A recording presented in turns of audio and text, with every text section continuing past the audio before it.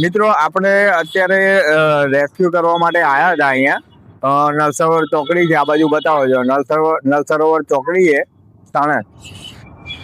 તો આપણે રેસ્ક્યુ કરવા માટે આવ્યા હતા, પણ પ્રભુજીની હાલત બહુ ગંભીર છે, એમને માનતા નથી. આપણે ટ્રાય કરીએ છીએ, 2-3 વખત આપણે ટ્રાય કર્યો, પણ પ્રભુજી આપણે માનતા નથી.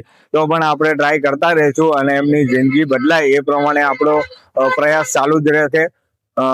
તમારો પણ સાથ સહકાર